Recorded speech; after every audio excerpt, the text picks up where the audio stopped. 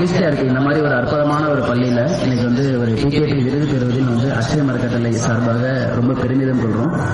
நாங்க வந்து ஒரு லட்சியத்துக்காக வந்து ஒரு இளைஞர்கள் எல்லாருமே ஒன்று சேர்ந்து போராடிட்டு இருக்கோம். 2014ஆம் ஆண்டு முதல் இதுநாள் வரையிலும் சாலையோரங்கள் இருக்கக்கூடிய ஆர்வம் நபர்கள், மனநல பாதிக்கப்பட்டவங்க, மாற்றுத்திறனாளிகள் எல்லாத்தையுமே வந்து நிறைய நபர்கள் புண்களாலும் குழுக்களாலும் ரோட்ல வந்து வெயிலையும் மழையிலையும் போடக்கூட உடுத்தக்கூட உடை இல்லாம எலும்பும் தோளுமா வாடிய முகத்தோட யாராவது சாப்பாடு கொடுக்க மாட்டாங்கன்னு தரிச்சுக்கிட்டு சாப்பிட்டியான்னு கேட்கறதுக்கு ஒரு நாளே இல்லாம, பாட்டின்னு சொல்றதுக்கு ஒரு பேரை இல்லாம, அப்பான்னு சொல்றதுக்கு ஒரு மகன் இல்லாம வெயிலையும் மழையிலையும் எத்தனை ஜீவன்கள், அனாதை பெண்களா, எத்தனை ஆன்மாக்கள் ரோட்ல இறந்துட்டு தெரியுமா?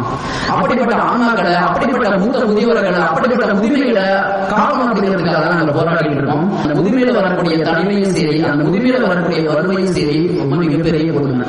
அப்படிப்பட்ட முதுமையை காரணம் நிறைய நபர்கள் பார்க்கிறோம். ஒரு 2 நபர்களை பத்தி மட்டும் நான் சொல்லி இந்த உரையை முடிச்சுக்கிறேன்.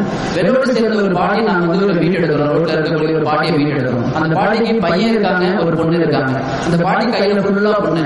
அந்த பாட்டி வந்து பாத்தீங்கன்னா போய் ஃபர்ஸ்ட் நாங்க போய் பார்த்து பேசுறப்ப, தம்பி அவங்க சொன்ன டயலாக் என்ன தெரியுங்களா அப்படின்னு இன்னும் இருக்கு. ஒவ்வொரு மழலையோட சந்தோஷம் எவ்வளவு முக்கியமோ அதே மாதிரி அந்த பாட்டியோட வரிகள், தம்பி இப்படியே ஆதையா செத்துடலாம், என்னை யாராவது என்னை வந்து நான் இறந்ததுக்கு அப்புறம் யாராவது ஒரு மாலை எனக்கு போட மாட்டாங்களா, தம்பி நான் செத்துட்டா என் மேல ஈ முக்கியம், தம்பி நான் செத்துட்டா என் மேல எறும்பெல்லாம் முக்கியம், நாயெல்லாம் வந்து என்னை சீண்டும், நானும் அனாதரமா நான் ரோட்ல கிடப்பேன், வாட அடிக்கும், வரவங்க எல்லாருமே மூக்க பொத்திக்கிட்டு ஐயாச்சி அப்படின்னு போயிருவாங்க, என்னை யாரையும் பார்த்துக்க வர மாட்டாங்களா, என்னை யாராவது கூட்டிட்டு போய் எடுத்து வச்சு அடக்கம் செய்ய மாட்டாங்களா, நான் இப்படியே அனாதையா செத்துருவா சாமி, சாமி என்னை காப்பாற்ற யாரும் வரமாட்டாங்களா சாமி, சாமி கோயில் கோயிலா போனேன் சாமி, என் பையனை படிக்க வச்சேன் சாமி, இருக்கிற காசெல்லாம் பையனுக்காக செலவு பண்ணேன் சாமி, இருக்கிற காசெல்லாம் நான் கொஞ்சம் கொஞ்சமா சேர்த்து என் பெண்ணுக்கு கல்யாணம் பண்ணி வச்சேன் சாமி, பேர குத்தியெல்லாம் இருக்கு சாமி, பேர என் விரல பிடிச்சி விளையாட ஆசைப்பட்டேன் சாமி, அந்த விரல் புண்ணா இருக்கு, இங்க இருக்கவங்களாம் அடிச்சுட்டாங்க,